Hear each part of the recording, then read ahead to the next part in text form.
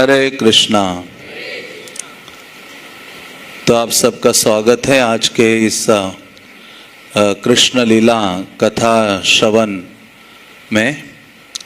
तो कई दिनों से हम लोग भगवान कृष्ण की जो विभिन्न लीलाएं हैं उनका श्रवण कर रहे हैं।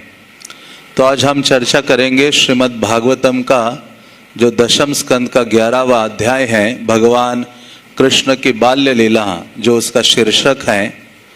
श्रील प्रभुपाद ने कृष्णा बुक में उस अध्याय का नामकरण किया है वत्सासुर और बकासुर का वध। तो उस अध्याय को संक्षिप्त रूप से चर्चा करने का प्रयास करेंगे। तो जन्माष्टमी बहुत ही नज़दीक आ रही है। हाँ, 2 दिन के पश्चात ही भगवान कृष्ण का आविर्भाव या जयंती हम मना रहे हैं। और जन्माष्टमी आती है तो भक्तगण कई प्रकार की तैयारियों में लग जाते हैं। तो शास्त्र कहते हैं कि भक्तों को 2 प्रकार की तैयारियां करनी चाहिए जब हम जन्माष्टमी मनाते हैं। एक है अंतरंग तैयारी और दूसरी है बहिरंग तैयारी। ज्यादातर देखा जाता है कि हम सब बहिरंग तैयारी में ही निमग्न रहते हैं।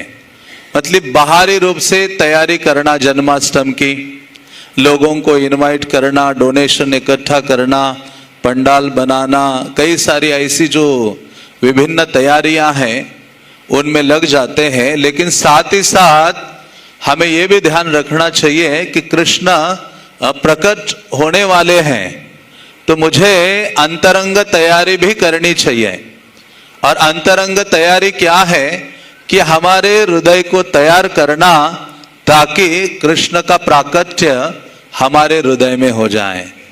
इसलिए चैतन्य महाप्रभु जब जगन्नाथपुरी में निवास कर रहे थे तो भगवान जगन्नाथ गुंडीचा मंदिर में आने वाले हैं, मानो गुंडीचा में उनका आविर्भाव है। तो भगवान चैतन्य महाप्रभु क्या करते हैं? मंदिर की सफाई करते हैं।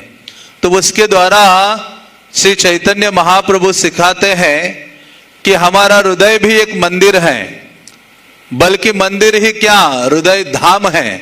राधा रानी कहती है मोर मन वृंदावन। हे कृष्ण, आप आपके दोनों चरण कमल मेरे मन में उदित कराइए, क्योंकि मेरा मन या हृदय वृंदावन से अभिन्न है। तो जन्माष्टमी की तैयारी का अर्थ है कि हम अपने हृदय को तैयार करें ताकि कृष्ण का प्राकट्य हमारे हृदय में हो जाए और हमारा जो जीवन है वो धन्य हो जाए। इसलिए भगवान बाहरी तैयारी को ज्यादा देखते नहीं हैं।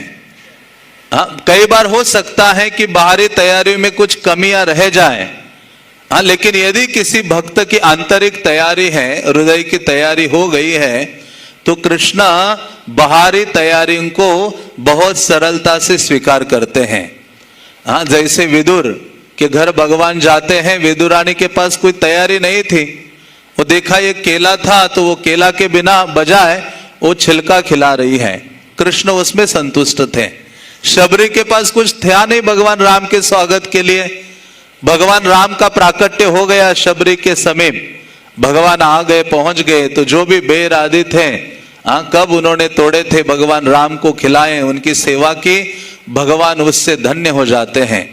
और वसुदेव देव की जो पहली जन्माष्टमी है, वसुदेव देवकी के पास क्या था जन्माष्टमी के लिए? वो कारागृह में मानो उनका जन्माष्टमी मना रहे थे, जो अंधेरा स्थान है। और उस भगवान वसुदेव देवकी की जो हृदय की तैयारी है, भक्तिमय सेवा की भावना है, उसको स्वीकार करते हैं और कारागृह में भी सरलता से प्रकट हो जाते हैं, आनंदित होकर प्रकट हो जाते हैं। और श्रील प्रभुपाद के जीवन में हम देखते हैं कि प्रभुपाद पाश्चात्य जगत में गए और वहां जाकर भगवान को प्राकट्य कराने के लिए तत्पर थे। भगवान का प्राकट्य कराने के लिए किस रूप में? उनके विग्रह के रूप में। भगवान को आमंत्रित किया प्रभुपाद ने कि हे कृष्ण, आप इस पाश्चात्य जगत में आ जाइए और यहां प्रकट हो जाइए। इन पाश्चात्य जगत के म्लेच्छ लोगों का उद्धार करने के लिए, और भगवान वो आमंत्रण को स्वीकारते हैं।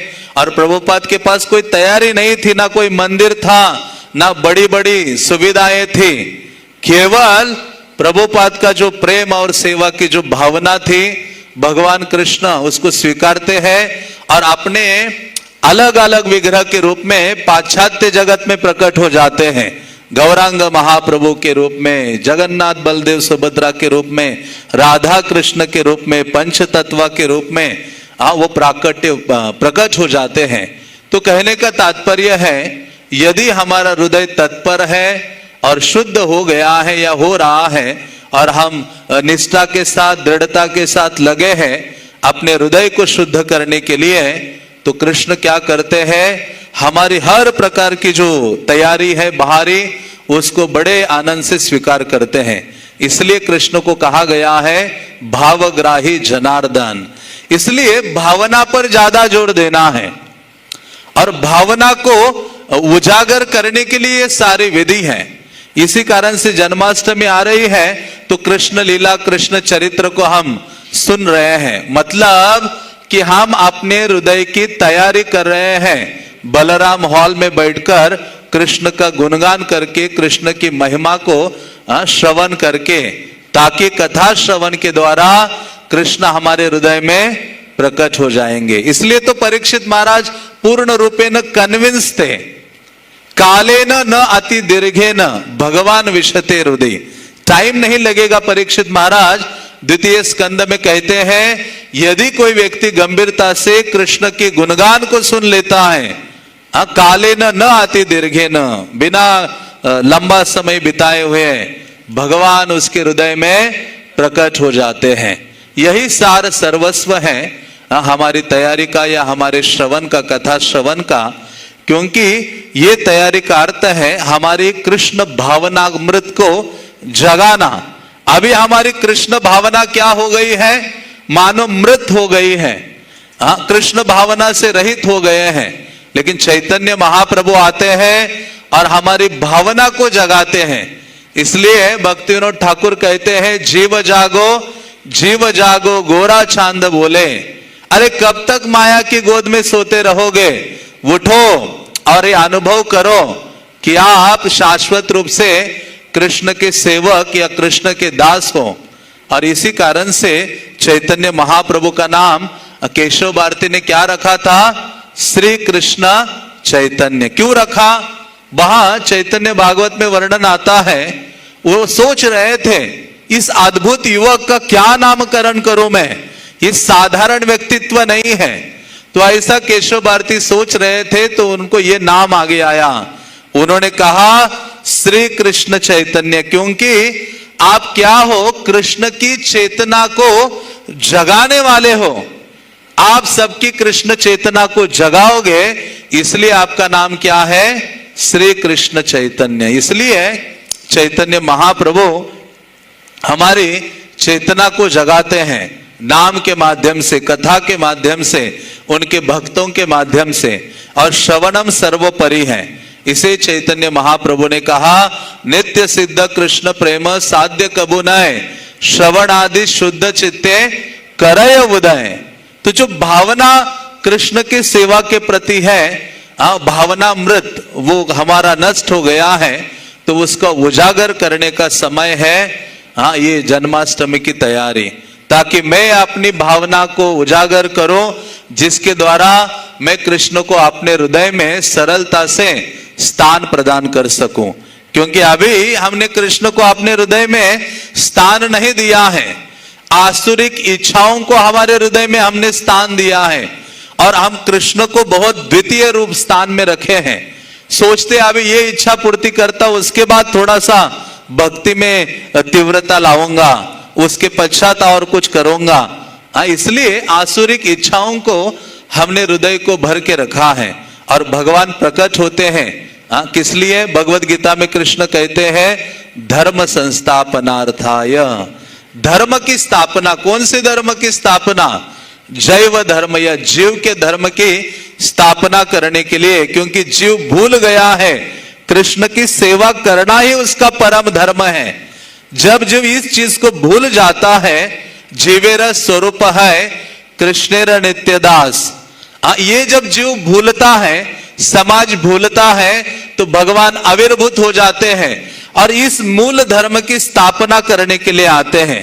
भगवान आकर जीवों के हृदय में भगवान की सेवा करने की जो भावना है वो उदित हो जाती है, या प्रगाढ़ हो जाती है, या तीव्र हो जाती है। और गीता में दूसरा कहते हैं परित्राणाय साधुनाम, साधुओं का परित्राण करने के लिए या साधुओं को आनंद देने के लिए। गीता में कृष्ण कहते विनाशाय च दुष्कृताम, तीसरी चीज कहते जो दुष्ट लोग हैं उनका विनाश करने के लिए। लेकिन भागवतम में बोला गया है क्यों भगवान अवतरित होते हैं। मूल जो कारण भागवतम में शुकदेव गोस्वामी कहते हैं क्रीडार्थम तत्क्रीडार्थम, कि जो रास क्रीड़ा करने के लिए भगवान अपनी वृंदावन लीलाओं को प्रकट करने के लिए इस संसार में आविर्भूत होते हैं, विशेष रूप से भगवान की जो रास क्रीड़ा है। और दूसरा जो भागवतम कारण बताता है कि भगवान अपनी ये जो कृष्ण लीला कहानी है या ब्रज लीला कहानी है उसको प्रदर्शित करना चाहते हैं, ताकि व्यास मुनि जैसे मुनिगण उसको मानो लिखित स्वरूप दे दे या रिकॉर्ड करे, और केवल उसका श्रवण करने मात्र से जीवों का उद्धार हो सकता है। केवल जीवों का उद्धार करने के लिए भगवान अपनी इस वृंदावन लीलाओं का प्रदर्शन करते हैं, और वही शक्तावेशावतार के रूप में आकर व्यास मुनि के रूप में उनका लेखन करते हैं या उसको रिकॉर्ड करते हैं और जीवन को प्रदान करते हैं। तो ऐसा जो दशम स्कंद है कृष्ण लीला से पूरित है, और इतना मधुरतम है, मानो ऐसी स्वीट कैंडी है कि जिसको जहां से मर्जी खा लो वो मिठाई लगेगा, मिठास की अनुभूति करेगा जो भागवतम के दशम स्कंद को कोई श्रवण करता है। भागवतम वैसे ही मीठा है, लेकिन उसमें दशम स्कंद और विशेष है, भगवान का मुख है। तो ऐसे जब नवम स्कंद तक परीक्षित महाराज ने श्रवण किया और जब कृष्ण की लीलाओं का वर्णन शुरू किया तो इन्होंने 2-3 श्लोकों में ही खत्म कर दिया कृष्ण लीला। परीक्षित महाराज अचंभित हो गए, शुकदेव गोस्वामी आपको क्या हो गया है, आपने तो सूर्यवंश चंद्रवंश इन सब के राजा महाराजा अन्य अवतारों का तो इतना बड़ा वर्णन कर दिया, लेकिन जो मेरे प्राणनाथ कृष्ण है उनको 2-3 श्लोकों में ही समेट लिया आपने। तब परीक्षित महाराज मानो खड़े हो जाते हैं और उनको प्रश्न करना शुरू करते हैं, या वो कहते हैं मैं कृष्ण के बारे में सुनना चाहता हूं। क्यों सुनना चाहता हूं? तो परीक्षित महाराज वहां 4 कारण प्रदान करते हैं क्यों मैं परम भगवान कृष्ण के बारे में सुनना चाहता हूं। पहली चीज वो कहते हैं मैं संक्षिप्त में नहीं सुनना चाहता। अवतीर्णो यदर्वंशे भगवान भूत भावना कृतवान यानी विश्वात्मा तानि नो वद विस्तरात। तो उन्होंने कहा जो यदुवंश में अवतरित हुए हैं परम भगवान श्री कृष्ण, जिनकी इतनी दिव्य लीलाएं हैं, उनका वर्णन आप वद विस्तरात, बहुत विस्तार रूप से करो, संक्षिप्त रूप से नहीं। क्यों? क्योंकि भगवान भूत भावना, पहला कारण वो देते हैं क्योंकि ऐसे कृष्ण मेरे प्रेम के विषय है, ऑब्जेक्ट ऑफ लव। मेरे प्रेम के विषय है कृष्ण, मैं उनसे प्रीति रखता हूं, प्रेम करता हूं। ऐसे कृष्ण के बारे में मैं संक्षिप्त में नहीं सुनना चाहता, विस्तार से सुनना चाहता हूं। इस संसार में भी देखो कोई भौतिक प्रेम में मग्न रहता है, स्त्री पुरुष एक दूसरे के बारे में कुछ लंबी लंबी चीजें सुनना चाहते हैं, प्रशंसा, जो प्रेमी युगल होते हैं। तो उसी प्रकार से ये कहते हैं कि कृष्ण ही एकमात्र प्रेम के विषय हैं इस संसार में, जिनसे प्रेम किया जा सकता है। और ऐसे परम भगवान के बारे में मैं विस्तार से सुनना चाहता हूं, ये परीक्षित महाराज पहली चीज कहते हैं। और दूसरा कहते हैं निवृत्त तरशेर उपगीयमाना भव औषधि स्त्रोत्र मनोभिरामात, क्योंकि ऐसे जो कृष्ण है उनकी जो कथा मैं सुनना चाहता हूं वो कैसी है, भव औषधि है, इस भव सागर की परम औषधि है। इसलिए आचार्यगण कहते हैं परम औषधये भव निवारणे सतत कीर्तन करे भवतीत जने। कहते कृष्ण कथा परम औषधि है, इसी कारण भवतीत जने, इस संसार से जो मुक्त जीव है वो निरंतर कृष्ण के कथा का गान करते हैं। हाँ, शिव जी का कोई अन्य कार्य नहीं है, सबसे ज्यादा कृष्ण की महिमा का गान तो हमारे शिव जी के करते हैं। और उनके पास एक ही श्रोता है, उनकी पत्नी। वो सोचते नहीं है कि अरे हॉल भरा होना चाहिए, हाँ इतने लोग होंगे तभी मैं प्रवचन करूंगा। अकेली पार्वती देवी श्रोता है और इतने आनंद से श्रीमद् भागवतम का, कृष्ण की महिमा का वर्णन करते आ रहे हैं, अभी तक कर ही रहे हैं, थकते नहीं है। वो दिन रात कृष्ण महिमा का गान करते हैं। इसलिए वो कहते हैं जो मुक्त पुरुष है कृष्ण की महिमा का गान करते हैं। आत्मा रामस्य मुनयो, जो आत्माराम मुनि है वो भी भगवत कृष्ण लीला के प्रति आकृष्ट हो जाते हैं। इसलिए वो कहते हैं कि ये भव औषधि है कृष्ण कथा। इसलिए मैं कृष्ण कथा को, कृष्ण लीला को सुनना चाहता हूं। तो ये कृष्ण लीला क्या करती है? 3 कार्य करती है। सबसे पहले यदि कोई व्यक्ति कृष्ण की मधुरतम लीलाओं का श्रवण करता है तो उस व्यक्ति के हृदय में जो इंद्रिय तृप्ति की प्यास है ना, वो बुझने लगती है। क्योंकि इस संसार में हम प्यासे हैं, और किस चीज के लिए प्यासे हैं? हर जीव इंद्रियों की तृप्ति करने के लिए प्यासा है, इसलिए तो भटक रहा है। नाना योनि सदा फिरे करदय भक्ष न करे। नरोत्तम दास ठाकुर कहते हैं जीवों का अलग अलग योनियों में भ्रमण करने का कारण क्या है? मनुष्य देह में इंद्रिय तृप्ति में आनंद नहीं मिला तो कोई अन्य योनि में जाकर फिर से प्रयास करता है, किसी और योनि में जाता है, किसी अन्य योनि में जाता है, और अपनी जो इंद्रिय तृप्ति की प्यास है उसको बुझाने का प्रयास करता है। वो बुझती नहीं है, लेकिन परीक्षित महाराज कहते हैं वो बुझ जाएगी जब आप कृष्ण की लीलाओं का श्रवण करोगे। ये पहला, ये औषधि का पहला प्रभाव है। और दूसरा प्रभाव क्या है? हमारा जो मिथ्या अहंकार है वो ठीक होने लगता है। मिथ्या अहंकार के कारण हम इस संसार में अपने आप को कर्ता भाव या भोक्ता भाव हमारे अंदर है, तो ये जो मिथ्या अहंकार की भावना है उससे रहित हो जाते हैं। और तीसरी चीज, इस औषधि का सेवन करने से हमारा जो मन सदैव एजिटेट करता है, हमेशा चंचल रहता है, लालायित रहता है भौतिक सुखों के लिए, वो संतुष्टि अनुभव करता है कृष्ण लीला श्रवण से। इसलिए चैतन्य महाप्रभु ने कहा एनेची औषधि माया नाशी बार लागी। ये ऐसी औषधि है, कृष्ण की जो लीलाएं हैं ये नाश करने वाली है माया का। और तीसरा कारण परीक्षित महाराज कहते हैं क्योंकि कृष्ण जो है मेरे परम रक्षक है, कृष्ण ही एकमात्र रक्षक है। मेरी रक्षा की, मेरे माता की रक्षा की, मेरे दादा परदादा सबकी रक्षा, पांडवों की रक्षा उन्होंने की, द्रौपदी की रक्षा उन्होंने की। तो ये दशम स्कंद शुरू होता ही है इन श्लोकों से जो परीक्षित महाराज वर्णन करते हैं मैं क्यों कृष्ण कथा का श्रवण करना चाहता हूं। तो वो कहते हैं कृष्ण ही एकमात्र रक्षक है, इसी कारण से मैं कृष्ण लीला विस्तार से सुनना चाहता हूं। और चौथी और अंतिम चीज परीक्षित महाराज कहते हैं ऐसे जो कृष्ण है परम आराध्य है, वो जीवन की जो परम सिद्धि है, जीवन का जो अंतिम गंतव्य है वो प्रदान करने वाले हैं। और अंतिम गंतव्य क्या है?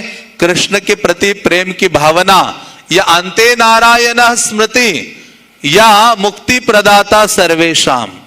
अब वो इस संसार से भव सागर से मुक्त करने वाले हैं और अपने चरण कमलों की जो प्रेम है वो प्रदान करने वाले हैं। इसलिए परीक्षित महाराज ने कहा मुझे कृष्ण चरित्र सुनना है। कृष्ण चरित्रम कलि कल्मषग्नम, कि कृष्ण का जो चरित्र है कलियुगा के सारे जो कल्मश है उसको धो डालता है। इसी कारण से कृष्ण की लीला श्रवण करना अति आवश्यक है, परम आवश्यक है। इसके बिना भक्त का जीवन नहीं है। श्रील प्रभुपाद ने इसलिए क्या किया? प्रभुपाद ने देखा मैं भागवतम को पूरा नहीं कर पाऊंगा, तो प्रभुपाद ने पहले ही भागवतम का दशम स्कंद का हमें एक वर्जन दे दिया, कृष्णा पुस्तक दे दी। और प्रभुपाद ने कहा कि ये जो कृष्णा पुस्तक है, बल्कि उसमें इंट्रोडक्शन में आता है, इसको पढ़ने मात्र से कृष्ण प्रेम जागृत हो जाएगा। प्रभुपाद वह एक सेंटेंस लिखते हैं और प्रभुपाद कहते हैं प्रत्येक भक्त को हर रात्रि में शयन करने के पूर्व कृष्ण बुक पढ़नी चाहिए, कृष्ण की लीलाओं को पढ़ना चाहिए। जब आप कृष्ण की लीलाओं को पढ़ोगे तो स्वप्न में भी क्या होगा, कृष्ण लीलाएं होंगी। इसी कारण से ये जो कृष्ण लीला श्रवण करना परम आवश्यक है। ऐसा नहीं है कि जन्माष्टमी आ गई तब हम जग गए, कृष्ण लीलाओं को सुनेंगे। बाकी अन्य दिनों में भी एक भक्त का परम कर्तव्य है कि कृष्ण की लीलाओं से हम अवगत हो और विस्तार से जानने का प्रयास करें, सुनने का प्रयास करें। और हमारे अलग अलग आचार्यों ने बहुत सारा वक्तव्य कृष्ण लीला पर प्रस्तुत किया है। तो ये जो श्रीमद् भागवतम का 11वां अध्याय है, जिसका शीर्षक है कृष्ण की बाल्य लीलाएं, जो शुरुआत होता है, जिसमें शुरुआत होती है उस अध्याय की कि कैसे भगवान कृष्ण ने नलग्रीव और मणिग्रीव, नलकुवर और मणिग्रीव का उद्धार करने के पश्चात का जो वर्णन है इस अध्याय में शुरू होता है, 11वें अध्याय में। जिस अध्याय में कई सारी भगवान की छोटी छोटी बाल लीलाएं और 2 असुरों का वध का वर्णन शुकदेव गोस्वामी करते हैं। जब भगवान ने नल, कुंवर और मणिग्रीव का उद्धार किया और उखल से भगवान बंधे हुए थे, यमलार्जुन वृक्ष को गिरा दिया और भगवान ऐसे आगे आ गए, तो उसको देखकर नंदा आदि सब दौड़ते हैं। दौड़कर देखते, अरे ये क्या अचंभित करने वाली चीज है, ये बड़े बड़े विशाल वृक्ष कैसे गिर गए। तो ऐसे सोच रहे थे और देखा कि कृष्ण तो उखल से बंधे हुए हैं, वहां से ही गुजरे हैं। ये लोग बहुत सोचते हैं नंद महाराज कि अच्छा हुआ कि मेरे बालक को कोई हानि नहीं हुई है उस वृक्षों के द्वारा। और वो सोचने लगे कि शायद किसी आसुर के कारण ये वृक्ष गिरे हैं। तो ये सब सोच रहे थे नंद महाराज और अन्य कई सारे जो वृद्ध ग्वाल हैं। उसी समय छोटे छोटे बच्चे आते हैं, बालक, और कहते नहीं नहीं, ये 2 वृक्ष तो कृष्ण ने गिराए हैं। और जैसे वृक्ष गिरे, 2 युवक या देवता उसमें से प्रकट हो गए और ये बाल कृष्ण उनसे पता नहीं कौन सी भाषा में बात कर रहा था, हमें तो समझ में नहीं आ रहा था। इन्होंने बात की, उन्होंने प्रणाम किया, स्तुति की और वो लोग चले गए।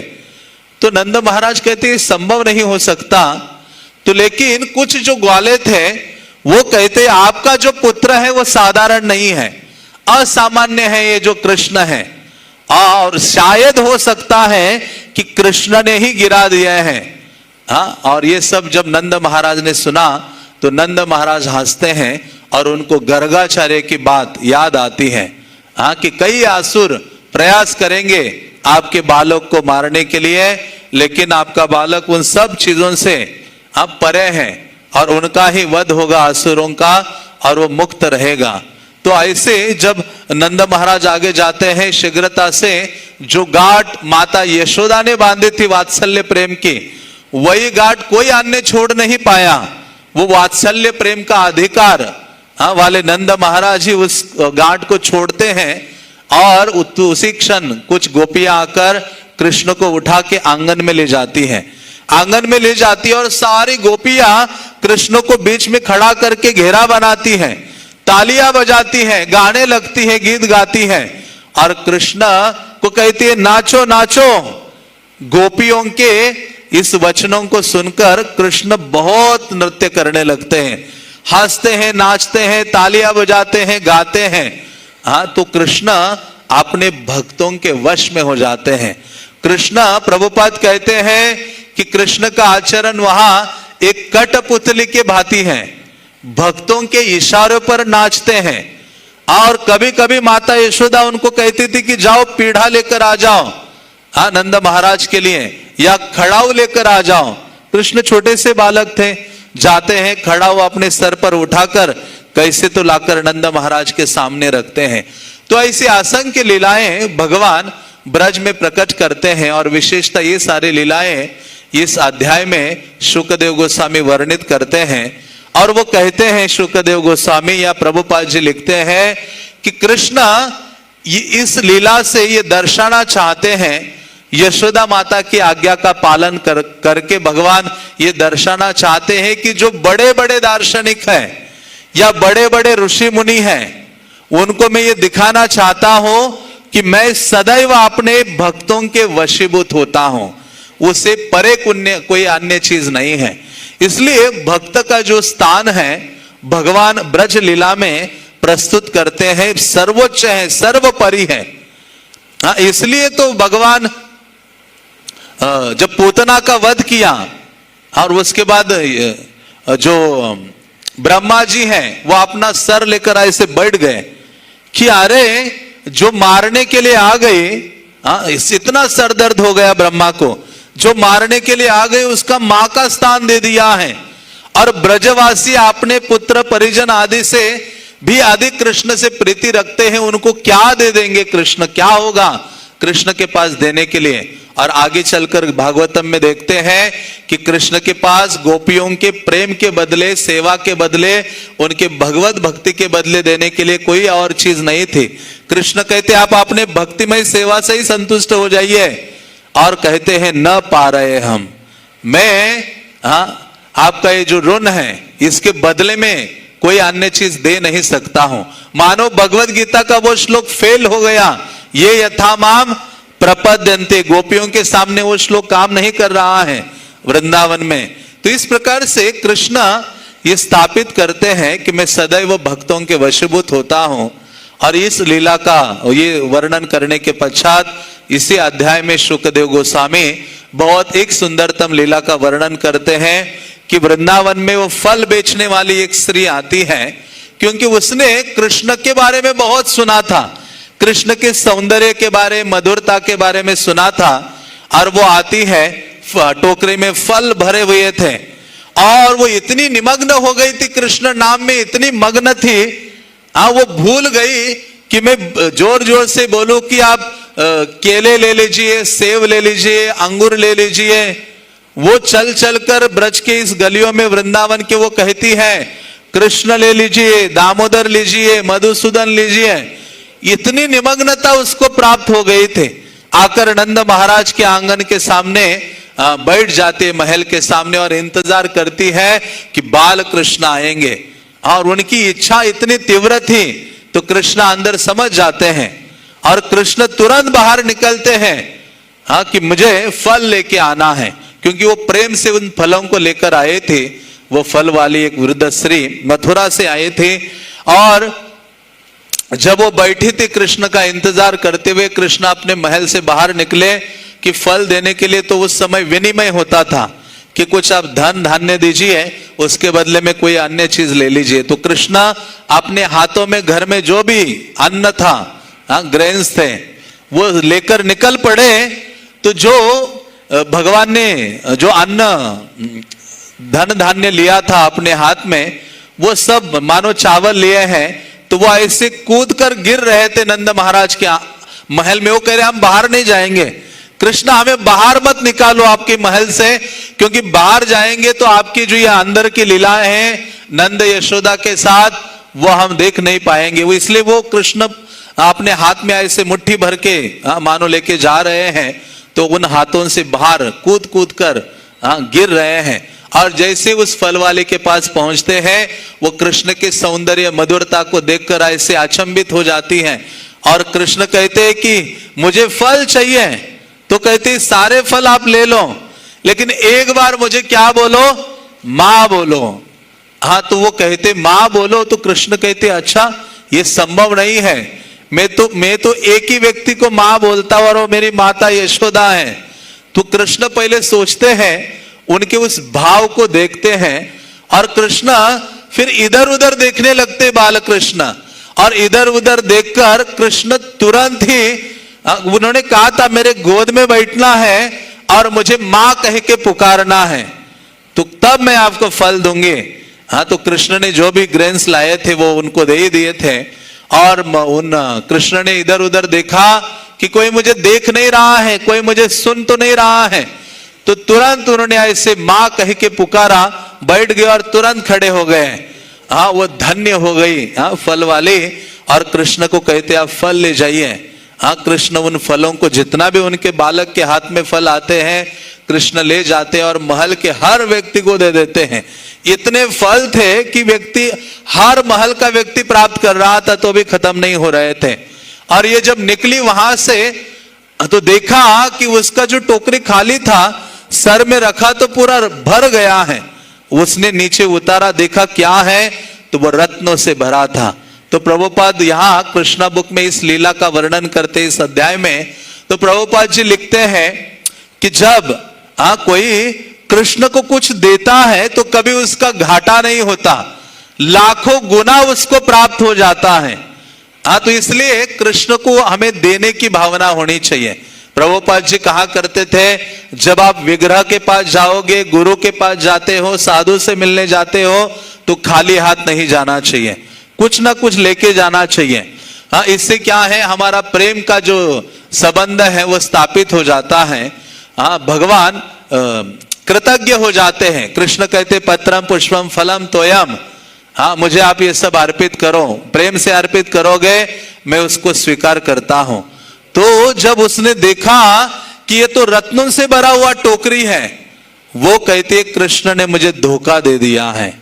हम कहेंगे अच्छा ये असली कृपा है, हमें कुछ सेवा के बदले प्राप्त हो जाता है, सोचते बहुत बड़ी कृपा हो गई है, मैं डिजर्व करता हूं, मैं योग्य हूं, कृपा का अधिकारी हूं। लेकिन ये भौतिक चीज को जब उन्होंने देखा, रत्न आदि, सुवर्ण, हाँ मोती माणिक्य आदि, तो वो कहती है भगवान ने मुझे धोखा दे दिया है। उस टोकरी को लेकर यमुना में डाल दिया और वापस आकर नंद महाराज के वहां बैठी रहे और अपना जीवन वहां बिता दिया, केवल कृष्ण का गुणगान करने में, कृष्ण के नामों का उच्चारण करने में। हरे कृष्णा कृष्णा कृष्णा हरे हरे, हरे राम राम राम हरे हरे। तो इस प्रकार से भगवान उन पर कृपा करते हैं। तो शुकदेव गोस्वामी ये वर्णन करते हैं इस अध्याय में, और शुकदेव गोस्वामी कहते हैं कि एक दिन कृष्ण बलराम खेल कूद में मग्न थे, रोहिणी माता उनको बुलाने के लिए जाती है लेकिन वो आते नहीं है, और फिर माता यशोदा जाती है, और माता यशोदा इतना वत्सलता से उनका हृदय भर गया था, कृष्ण को पुकारती है, हे पुत्र कृष्ण चलो, कलेवा करने का समय हो गया है, हे मेरे कमल नयन आप चलो, मेरा दुग्ध पान करो, तुम भूखे हो। नंद महाराज ने कुछ खाया नहीं है, आपका इंतजार कर रहे हैं। तो जब ये कृष्ण बलराम ने सुना तो वो दौड़ने के लिए तैयार हो जाते। उस समय जब खेल रहे थे अपने मित्रों के साथ, तो एक मित्र कहता है कि तुम ऐसे बीच में से जाओगे ना, अगली बार आओ तुम्हें दिखाता हूं, फिर से नहीं है खेल कूद में, खेलने में आपको सहभागी नहीं कराऊंगा। तो कृष्ण डर जाते, फिर से वापस उनके साथ खेलने लगते हैं। माता यशोदा नजदीक जाती हैं, डांटती हैं, फटकारती हैं। प्रभुपाद कहते अरे जिनसे डरते हैं ब्रह्मा जी, शिव जी, चंद्र, वरुण, इंद्र आदि, और उनको माता यशोदा डांट रही है, फटकार रही है, कान पकड़ के खींच के लेके आ रही है, कह रही चलो चलो, नंद महाराज इंतजार कर रहे हैं, आज तुम्हारा जन्मदिन है। अब सोचे जन्माष्टमी के दिन उनकी क्लास लग रही है, कृष्ण के कान पकड़ के खींच के ला रहे हैं, और वो इतने मग्न है खेल कूद में, सारे शरीर में मिट्टी का लेप हो गया है। माता यशोदा कहती चलो, तुम्हारा शरीर गंदा हो गया है, और तुम कोई राह चलते बच्चे नहीं हो, तुम्हारा घर आदि है, और चलो स्नान करो, नए वस्त्र धारण करो, और गौओं को दान दो, आज आपका जन्मदिन हम मनाएंगे। तो कृष्ण दौड़कर जाते हैं, और उस दिन कृष्ण का जन्मदिन माता यशोदा मनाती है। उस लीला का वर्णन शुकदेव गोस्वामी करते हैं, और इसके पश्चात शुकदेव गोस्वामी कहते हैं कि जब ये सारी घटनाएं महावन में हो रही थी, और वहां कई सारे असुरों का पहले से ही आगमन हुआ था, तृणावर्त, पूतना आदि, और उसके बाद ये सारे वयोवृद्ध जो ग्वाल है एकत्रित हो जाते हैं, चिंतित हो जाते हैं, कहते ये स्थान हमें बदलना पड़ेगा। और सुनंद कहते हैं कि सबसे श्रेष्ठ स्थान है वृंदावन, जाना चाहिए हमें महावन को छोड़कर। तो जैसे ये बोला, किसी ने कंप्लेंट नहीं किया, कि अरे हमारा धन है, घर है, सब कुछ है, ये छोड़ के कैसे जाए हम वृंदावन महावन से। तो उस समय सारे ब्रजवासियों ने सब कुछ त्याग दिया, अपने घर त्याग दिए, सब कुछ वहां ही छोड़कर थोड़ा बहुत चीजें लेकर अपने बैलगाड़ी या शकट के ऊपर वो बैठकर यहाँ आते हैं। और कहाँ आते हैं? ये छठी करा के स्थान में आते, जहां हम विराजमान हैं। महावन को छोड़कर कृष्ण यहाँ आते हैं, क्योंकि ये स्थान वृंदावन कहलाता है, ये वृंदावन वन है। वनम वृंदावनम नामम पशव्यम नवकाननम गोप गोप गोपी गवाम सेव्यम पुण्याद्रित तुर्ण विरुधम। तो शुकदेव गोस्वामी कहते हैं कि क्योंकि ये जो वृंदावन है ये सभी प्रकार की सुविधाएं देने के लिए सक्षम था, गौवों के लिए भी और ब्रजवासियों के लिए भी। इसी कारण से वृंदावन को वो चूज करते हैं और इस स्थान में आकर निवास करते हैं। और उनकी यात्रा शुरू हो जाती है शकट पर। सब लोग बच्चे स्त्रियां सब बैठकर गवों को लेकर इस स्थान पर आते हैं। वृंदावनम संप्रविश्य सर्वकाल सुखावहम तत्र चक्रो व्रजावासम शकटेर अर्ध चंद्रव्रत। तो कहते यहां जब पहुंचे तो इन्होंने अर्ध चंद्रव्रत अपने शकटों को ऐसे लगाया और आधे साइड में काटिली झाड़ियां थी और गव्य आदियों को रखा, तो ऐसे एक वर्तुल और राउंड बन गया। और जिसके बीच में ब्रजवासी यहां रहने लगे, क्योंकि ये जो स्थान है वृंदावनम गोवर्धनम यमुना पुलिनानि च, क्योंकि यहां ये जो वृंदावन है सुरम्य था, यहां से गोवर्धन था और यमुना का सुरम्य तट था, जो देखकर कृष्ण बलराम आनंदित हो जाते हैं। और यहां कृष्ण बलराम के हृदय में आनंद, इतना अधिक आनंद उमड़ आता है, वो बाहर जाने की इच्छा करते हैं। शुकदेव गोस्वामी बहुत विस्तृत वर्णन करते हैं और वो कहते हैं कि इसके बाद यहां आकर ही, वृंदावन यहां आकर ही कृष्ण बलराम के ऊपर नई जिम्मेदारी होती है, बछड़ों को चराना शुरू करते हैं। तो जब बछड़ों को लेकर जाते तो 2 दिन पहले ट्रेनिंग देने के लिए नंद यशोदा और ये सब भी कृष्ण के साथ चले गए थे, और बल्कि ये तो चाहते नहीं थे अकेले जाए, लेकिन कृष्ण बलराम अपने सभी सखाओं के साथ चले जाते हैं। और जब जाते हैं कृष्ण बलराम वन में विचरण करने के लिए, बछड़ों को चराने के लिए, तो कई सारे असुरों का वध करते हैं। और सर्वप्रथम जब बछड़े चराना शुरू किए तो पहले असुर का वध भगवान ने किया, जिनका नाम क्या था? वत्सासुर था। वत्सासुर भगवान जब चरा रहे थे बछड़ों को, देखा एक अलग सा बछड़ा एक्स्ट्रा अंदर आ गया है। कृष्ण ने जैसे ही देखा वो समझ गए ये हमारा बछड़ा नहीं है और ये थोड़ा खूंखार बछड़ा लग रहा है। इसकी ऐसी टांगे आदि, थोड़ा सा छोटे सिंग ऊपर आ रहे हैं, दिखने में मानो लग रहा है आसुरी है। तो बलराम को दिखाते, बलराम देखो ये अलग से बछड़ा यहां आया है। तो कृष्ण पीछे से जाते हैं और उसकी टांगे पकड़कर उसको घुमा देते हैं। कई सारी लीलाओं में कृष्ण ने सभी को घुमाया है। और हम भी भौतिक इच्छाओं में लगे रहते तो कृष्ण हमें भी घुमाते रहते हैं नाना योनियों में।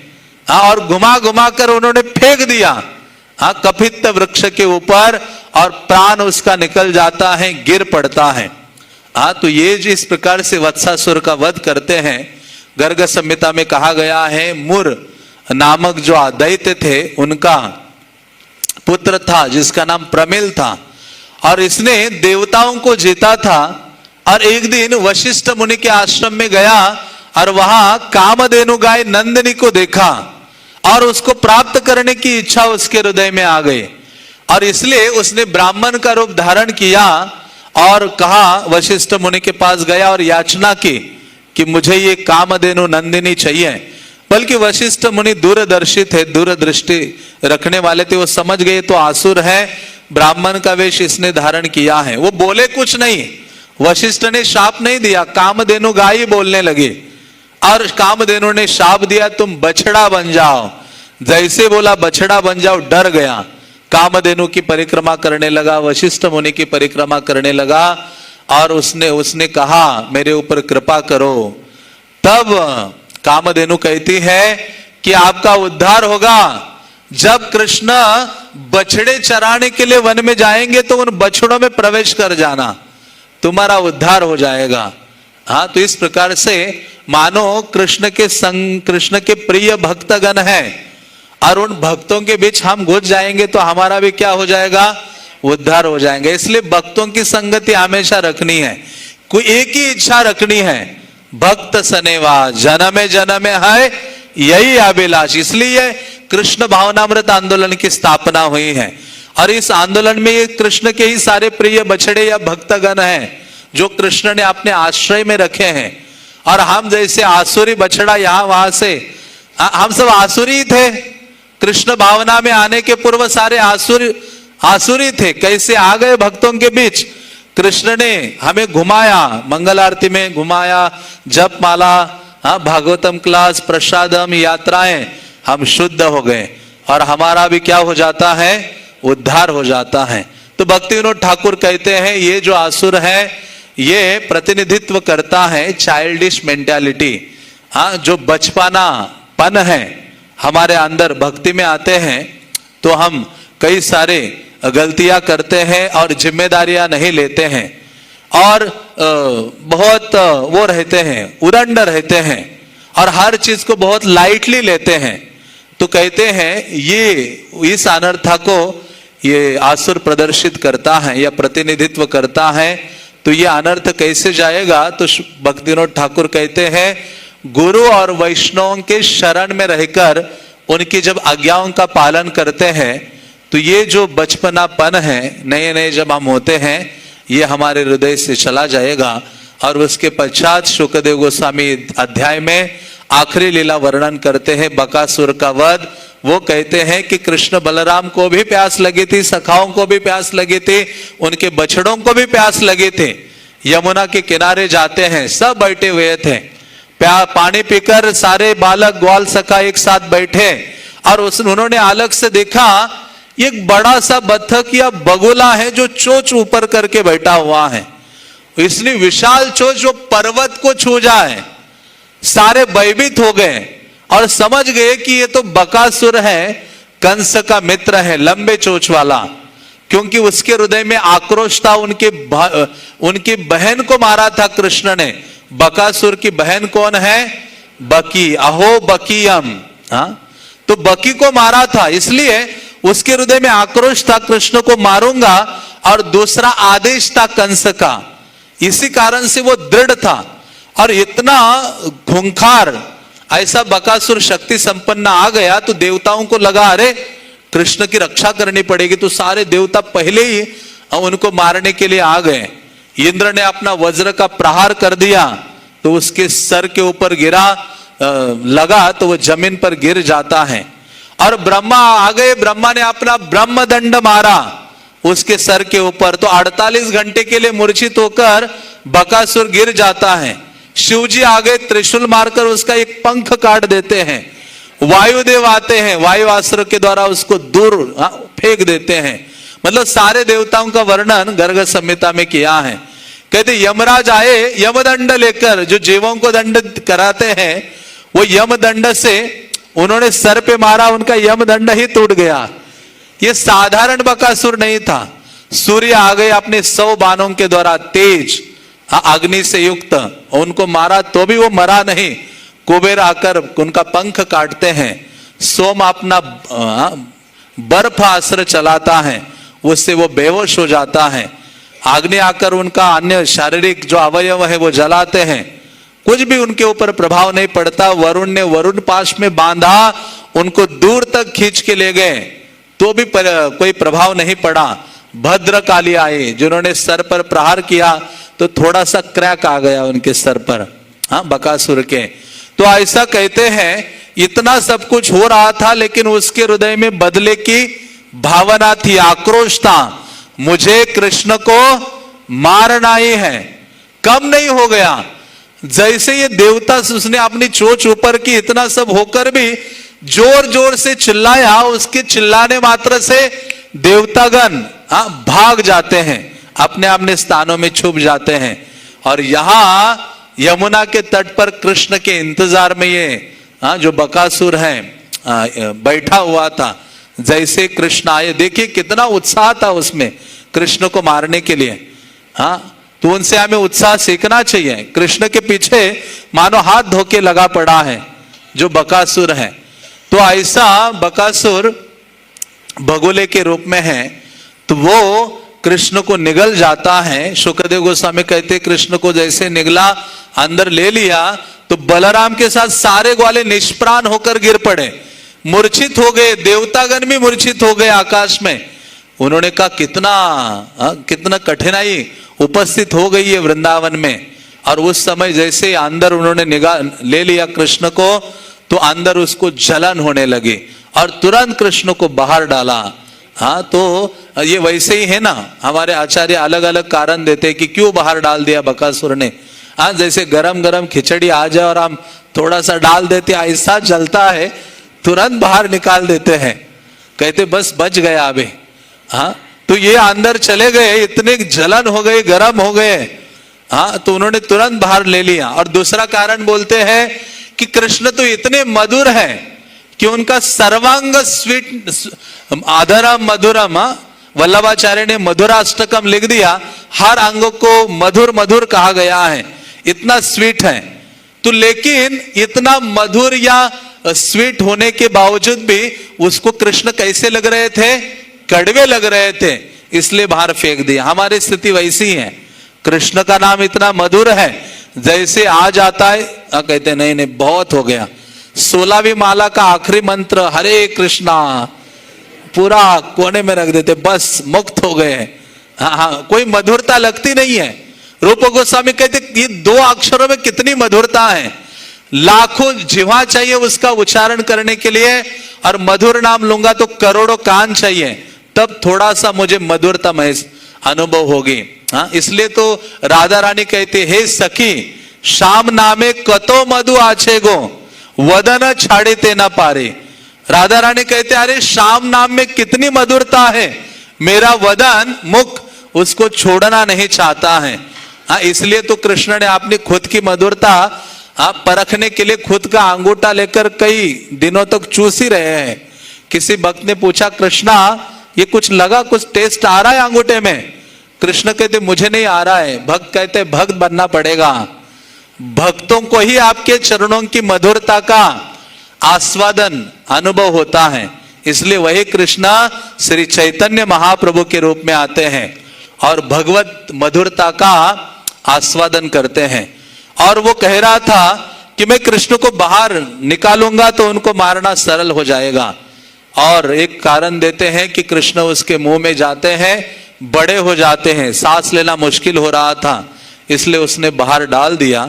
बल्कि ये 2 असुरों के मुंह में कृष्ण चले गए हैं, आघासुर और बकासुर। कितने भाग्यशाली हैं।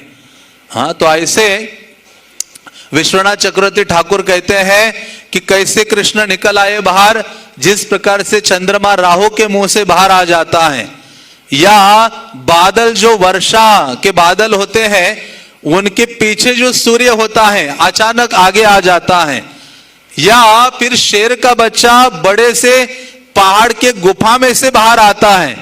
विश्वनाथ चक्रवर्ती ठाकुर ये उपमाएं देते हैं और वो कहते हैं कि उसी प्रकार से कृष्ण बाहर आ जाते हैं। बाहर आए तो कृष्ण बिल्कुल फ्रेश थे, ऐसे नहीं कि उनका मोर पंख टूट गया था, कपड़े गीले हो गए थे। हाँ, कृष्ण बिल्कुल फ्रेश थे। बाहर आते हैं और कृष्ण एक बालक का अभिनय कर रहे थे कृष्ण लीला में, और तुरंत उसकी चोंच पकड़ते हैं और 2 भागों में तोड़ देते हैं।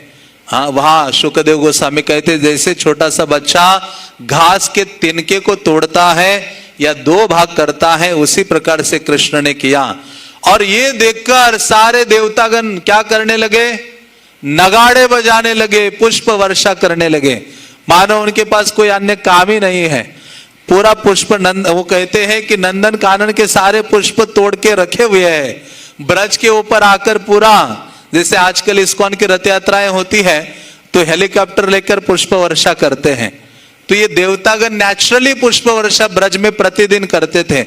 ऐसे नहीं है कि कृष्ण ने कुछ थोड़े गिने चुने असुरों को मारा, भगवान दिन में 10-12 असुरों को मार देते थे। और जब मारते थे सोचते थे अच्छा ब्रेकफास्ट का टाइम हो गया है, फिर बाद में कहते जब फ्रूट खाने का टाइम हो गया है। मानो असुरों को मारकर उनको याद आ जाता था कि अभी प्रसाद का टाइम हो गया, लंच का टाइम हो गया, वापस जाने का टाइम हो गया है। ये मानो ये उनकी घड़ी थी शायद। हाँ, एक असुर को मारकर कृष्ण को कई चीजें याद आते थे। और ये जब पुष्प वर्षा हो रही थी, ग्वाल बालों ने देखा फूल गिर रहे हैं, लेकिन उनका ध्यान फूल की ओर नहीं था, उनका सारा ध्यान किसकी ओर था? और उन्होंने पूछा भी नहीं कौन पुष्प वर्षा कर रहा है। कहने का तात्पर्य है भक्त इतना कृष्ण की सेवा में निमग्न होता है, उसको ना अपने प्रशंसा प्रतिष्ठा आदि के प्रति कोई उसका आकर्षण नहीं है। भौतिक प्रलोभन उसके जीवन में आते हैं, कृष्ण सेवा करते करते उसके प्रति भी उसका कोई आकर्षण नहीं। ऐसे ये ग्वाल बाल निमग्न थे कृष्ण को देखने में और कृष्ण का सौंदर्य का पान करने में। जैसे कृष्ण ने उसको मारा, दौड़ के गए, एक एक ग्वाल बाल ने कृष्ण का आलिंगन किया, कोई छोड़ नहीं रहा था। कृष्ण को अपने सीने में लगा के रख रहा था। और जब वे वापस गए उस लीला का स्मरण कर रहे थे, घर गए, सारे माता पिता को उन्होंने सुनाया और नंद महाराज आदि ने भी ये सुना। नंद महाराज सारे जो प्रौढ़ ग्वाल हैं सदैव कृष्ण की इन लीलाओं की चर्चा करते थे। कृष्णा पुस्तक में इस अध्याय के जब वर्णन किया है बकासुर का, उसके आखिरी 2 लाइन में श्रील प्रभुपाद ने बहुत अच्छी चीज लिखी है। प्रभुपाद कहते हैं जो आनंद नंद महाराज ने प्राप्त किया, जो आनंद ब्रजवासियों ने प्राप्त किया, वो आनंद आज भी आप प्राप्त कर सकते हैं यदि आप अपने जीवन में कृष्ण की चर्चा करते रहेंगे। ये उन्होंने प्रभुपाद ने लिखा है। तो मानो वही ब्रज का आनंद आज भी हम अनुभव कर सकते हैं यदि हम हमारे जीवन में कृष्ण कथा का आश्रय लेते हैं, कृष्ण के बारे में बोलते हैं, कृष्ण के बारे में सुनते हैं। तो ये हो सकता है। तो ये जो बकासुर था, हयग्रीव नामक दैत्य था, जिसका हयग्रीव नामक दैत्य का पुत्र था जिसका नाम उत्कल था, और उसने देवताओं को परास्त किया, इंद्र का छत्र लिया, राजाओं की संपत्ति छीन ली। 100 साल के लिए उसका उपभोग किया। भ्रमण करते करते गंगा सागर पहुंचा, वहां जाजली मुनि थे, उनके कुटिया के निकट जल था, उसमें बंसी डालकर मछली पकड़कर खाता था।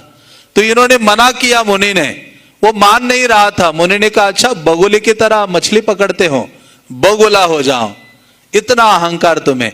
वो तुरंत बगुला हो जाता है और जिसके कारण उसकी सारा जो घमंड है, गर्व है, चकनाचूर हो जाता है और शरण लेता है, विनम्र हो जाता है। कहते आप जैसे महात्मा सबके प्रति समभाव रखते हैं, आप मेरे ऊपर कृपा कीजिए।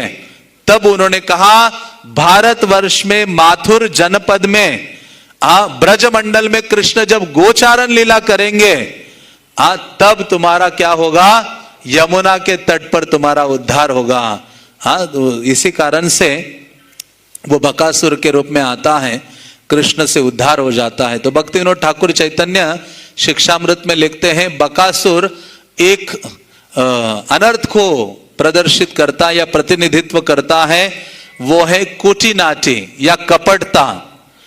जैसे होता है ना बगुला, बक ध्यान, बगुला पानी में खड़ा रहता है एक पांव पर, तपस्या कर रहा है और आंखें बंद की हुई है, वस्त्र भी ऐसे सफेद वस्त्र है, कोई दाग नहीं है, और पूरा ध्यान लगा हुआ है, लगा रहा है, ऐसे लग रहा है कि पूरा सिद्धि प्राप्त करेगा, लेकिन पूरा ध्यान किस पर है उसका, मछली के ऊपर। इसी को भगवान ने गीता में कहा है इंद्रियार्थान विमूढ़ात्मा मिथ्याचार स उच्यते।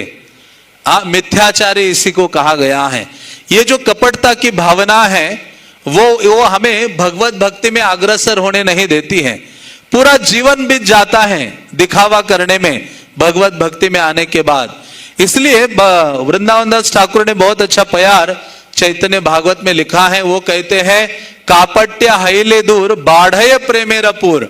जब कपटता दूर हो जाएगी जीवन से तो कृष्ण प्रेम की बाढ़ हमारे हृदय में आएगी और हमारा हृदय कृष्ण प्रेम से आप्लावित हो जाएगा, भर जाएगा। तो कैसे इस अनर्थ से मुक्त हो सकते हैं, इसको तो केवल कृष्ण उखाड़ के फेंक सकते हैं। हमें क्या करना होगा, जैसे बकासुर ने कृष्ण को अपने मुंह में ले लिया, उसी प्रकार से कृष्ण को हमारे हृदय में लेना पड़ेगा, कृष्ण को हमें अंदर लेना पड़ेगा। और कैसे लेंगे हम कृष्ण को अंदर? नाम के रूप में, हरे कृष्णा कृष्णा कृष्णा हरे हरे, हरे राम राम राम हरे हरे। और कृष्ण कानों के माध्यम से हृदय में जाते हैं, प्रविष्ट कर्ण रंध्रेन। और जब अंदर जाएंगे तो ये कपटता दूर होगी और हमारे अंदर सरलता आएगी। हरे कृष्णा कृष्णा कृष्णा हरे हरे, हरे राम राम राम हरे हरे। ग्रंथराज श्रीमद् भागवतम के जन्माष्टमी महामहोत्सव के पतित पावन श्रील प्रभुपाद के निताय गौर प्रेमानंदे।